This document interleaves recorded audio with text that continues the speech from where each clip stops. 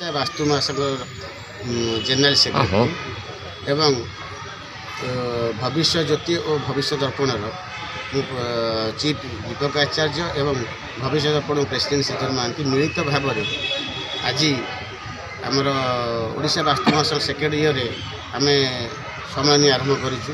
ଏଥିରେ ମୁଖ୍ୟ ଅତିଥି ଭାବରେ ଆମେ ବାହାରୁ ଡାକିଛୁ ମହାନ ଜ୍ୟୋତିର୍ବିଦ ଆମର ଶିବାନନ୍ଦ ଆଚାର୍ଯ୍ୟ ଏବଂ ଆମର ଓଡ଼ିଶାର ପରମ ଗୁରୁଜୀ ବ୍ରହ୍ମଦେବ ସରସ୍ୱତୀ ସାର୍ଙ୍କୁ ଡାକିଛୁ। ଅନ୍ୟାନ୍ୟ ଅତିଥିମାନଙ୍କୁ ଆମେ ଡାକିଛୁ।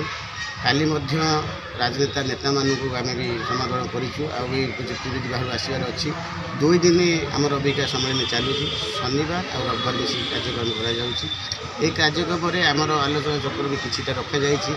ଲୋକମାନଙ୍କ ପାଇଁ ଯେଉଁ ଜାଣିବାର ବି ଅଛି, ଜ୍ୟୋତିଷଶାସ୍ତ୍ର ଯେଉଁ ବାହାରୁ ଆସିଛନ୍ତି ଯେଉଁ କରିବା ପାଇଁ ତାଙ୍କର ନିବାରଣ ଯଦି କିଛି ବୁଝିବାର ଅଛି, ସେଥିପାଇଁ ମଧ୍ୟ ଆମେ ଫ୍ରି ବି କରିଛୁ। ଯିଏ ବି ଆସି ଦେଖିକି ତାଙ୍କର ନିବାରଣ ପାଇଁ ପଚାରିପାରିବେ। ବାହାର ଜ୍ୟୋତିଷମାନେ ବି ଆସିଛନ୍ତି।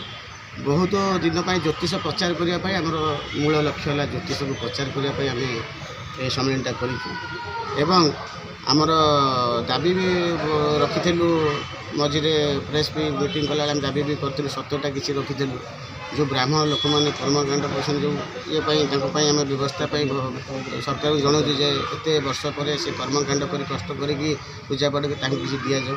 ଆମର ଯେହେତୁ 13ଟା ରାଜ୍ୟରେ ବର୍ତ୍ତମାନ ଯେମିତି ସେଣ୍ଟ୍ରାଲ କେନ୍ଦ୍ର ବିଦ୍ୟାଳୟରେ ତାଙ୍କର କରାଯାଇଛି, ଆଷ୍ଟ୍ରୋଲୋଜର ଉପରେ କରାଯାଇଛି, ତାଙ୍କର ପଢ଼ା ବି ଯାଉଛି। ଆମ ଓଡ଼ିଶା ଦିଆଯାଇନି। କେନ୍ଦ୍ର ବିଦ୍ୟାଳୟ ଆମ ସଂସ୍କୃତ ବିଦ୍ୟାଳୟ ପୁରୀରେ ଆମ ଉତ୍କଳ ୟୁନିଭର୍ସିଟି ବାଣିଜ୍ୟରେ ଚାହୁଁଛୁ ଯେ ଆମକୁ ଖଣ୍ଡେ ସେଠି ସ୍ଥାନ ଦେଲେ ସେଠି ଲୋକମାନେ ପଢ଼ାପଢ଼ି କରି PhD କରି ତାଙ୍କର କିଛିଟା ଭବିଷ୍ୟତ କରେ। ଗଭର୍ଣ୍ଣମେଣ୍ଟ ସଂସ୍ଥାରେ ବି ଜଣେ ବାସ୍ତୁବାଲା, କର୍ମକାଣ୍ଡବାଲା ଏବଂ ଜ୍ୟୋତିଷ ଶାସ୍ତ୍ର ଯେଉଁମାନେ ଯେଉଁଟା ମୁଖ୍ୟ ଜ୍ୟୋତି କହିଲେ, ଜ୍ୟୋତିଷର ଜ୍ୟୋତି ଯେଉଁଟା ଚକ୍ଷୁ ଯେଉଁଟା କରାଯାଏ, ଏଇଟା ତ ଏବେ ନୁହେଁ, ମନୁ ସହିତ ପରେ ବି ଯେତେବେଳେ ପ୍ରଥମ ଆରମ୍ଭ ହେଲା ତ୍ରିକାଳଦର୍ଶୀ ଭୃଗୁ, ଯିଏକି ତ୍ରିଭୁବନ ବିଜୟୀ, ତାଙ୍କ ତ୍ରିକାଳଦର୍ଶୀ କହନ୍ତି। ଦକ୍ଷ ପ୍ରଜାପତିଙ୍କର ପ୍ରଥମ ଯେ ତାଙ୍କର ରକ୍ଷକ ଅକ୍ଷକ କହିବାକୁ ଯେ କହନ୍ତି, ତାଙ୍କ ସହିତ ଭୃଗୁ ଯିଏ ନିଜେ ତ୍ରିକାଳଦର୍ଶୀ ସେ କହିଥିଲେ ଯେ ଜ୍ୟୋତି କ'ଣ କୁହାଯାଏ। ଜ୍ୟୋତି ହେଲା ଚକ୍ଷୁ କୋଣ। ସମସ୍ତେ ସୁକର୍ମ କୁକର୍ମ, ସୁକର୍ମ ଲୋକ ଯେଉଁମାନେ ଅଛନ୍ତି ସୁକର୍ମ କରିବେ ତାଙ୍କର ଗ୍ରହର କୌଣସି ଇଫେକ୍ଟ କରିପାରେ ନାହିଁ।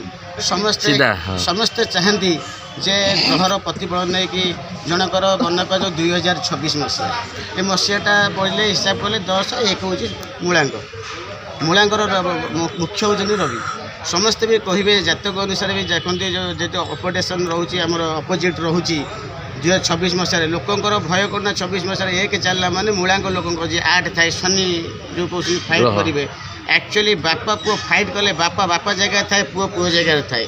ବାପା ପୁଅର ମିଳନ ଯେଉଁଠି ସେ ବହୁତ ପଜିଟିଭ୍ କରେ, କିନ୍ତୁ ନେଗେଟିଭ୍ ଲୋକ ବେଶୀ କହନ୍ତି, ନେଗେଟିଭ୍ ଦେଖୁଛନ୍ତି। 2026 ଅଲ୍ ଯେହେତୁ ରାଜା ସୂର୍ଯ୍ୟଙ୍କର କିରଣରେ ପଡ଼ୁଛି, ନିଜେ ଦେଉଛନ୍ତି, ଯେମିତିକି ଦେଖୁଛନ୍ତି ଗଛ ବୃକ୍ଷ ସବୁ ସୂର୍ଯ୍ୟଙ୍କ ଦ୍ୱାରା ପ୍ରତିଫଳନ ହେଉଛି। ଏ ବର୍ଷ 2026ରେ ଓଡ଼ିଶା ଭାରତ ବହୁତ ଡେଭଲପମେଣ୍ଟ କରିବ, କୌଣସି ଅସୁବିଧା ହେବ ନାହିଁ। ବର୍ତ୍ତମାନ ପାଇଁ ମୂଳାଙ୍କ ଭଲ 1 ସୂର୍ଯ୍ୟ ଯେଉଁ ପଡ଼ିଛି, ପ୍ରାୟ ଲୋକ ମୋତେ ଲାଗୁଛି ଯେତେ ମୂଳାଙ୍କ ଅଛି ପ୍ରାୟତଃ ବେଶୀ ଲୋକ 1, 5, 9 ଯେଉଁମାନଙ୍କର ମୂଳାଙ୍କ ଏଇ ବର୍ଷ ପଡ଼ିଛି ସେମାନେ ବହୁତ ଉନ୍ନତି କରିବେ। ଆଉ ଯେତିକ ରହିଲେ ତାଙ୍କର କର୍ମ ବିଚାର ଭାଗ୍ୟ ବିଚାର ନେଇକି ନିରୂପଣ କରେ। ଯେଉଁଟା ଯୋଗ ଆଣ୍ଡ ଭୋଗରୁ ଆସିଥାଏ, ଜଣେ ଯେଉଁ ଯୋଗରେ ଜନ୍ମ ହେଇଛି ଯୋଗର ଭୋଗ ସେ ଆରମ୍ଭ କରିବ, ତାର ପାରଧ୍ୟତା ବିଚାର କରାଯିବ। ତେଣୁକରି ସେ ପାରଧ୍ୟ ଅନୁସାରେ ଭୋଗ ସେ ନିଶ୍ଚିନ୍ତ ଭୋଗ କରିବ। ତେଣୁକରି ଏ ବର୍ଷ ସମ୍ପୂର୍ଣ୍ଣ ଭାବରେ ଭଲ ଅଛି, ପ୍ରାୟ ଓଡ଼ିଶା ଭାରତ ପାଇଁ କୌଣସି